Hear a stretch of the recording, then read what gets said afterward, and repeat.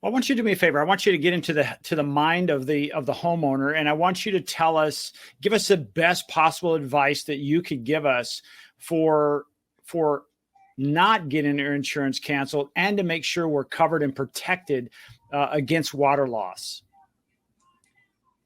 So, well, the best way to protect you against water losses, again, is to install that water shutoff system. Highly, highly recommend it. And then if you want to take an extra step, turning off your water, that it won't hurt anything, right?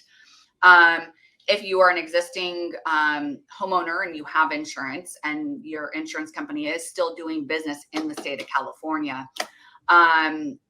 we're recommending that you get these water shutoff systems. Make sure that you're doing everything you can to prevent any type of loss. And that's not just water losses, but we have electrical losses with people who have older electrical systems. Have you had your electrical system checked?